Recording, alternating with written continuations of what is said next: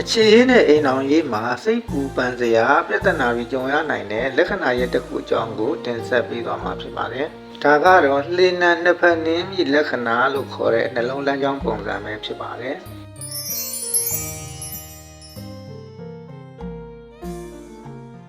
ဒီလိုပြတ်တောက်ပြီးတိဆက်နေတဲ့လက္ခဏာပိုင်ရှင်တွေဟာ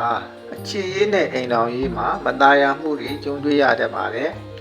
အထူးသဖြင့်တယောက်နဲ့တယောက်မကွဲခင်နောက်တယောက်နဲ့ဆက်သွယ်မိနေတတ်ပါတယ်။တပြိုင်တည်းနှစ်ယောက်ဒါမှမဟုတ်နှစ်ယောက်ထက်မကတွဲပြီးတော့လှေနံနှစ်ဖက်နှင်းရှင်စိတ်တွေပေါ်ပေါက်လာတဲ့သူတွေဖြစ်တတ်ပါတယ်။ဒါကြောင့်တန်ရောစဉ်သွေးသားကိစ္စတွေနဲ့ပတ်သက်ပြီးစိတ်ပူပန်ရတာတွေ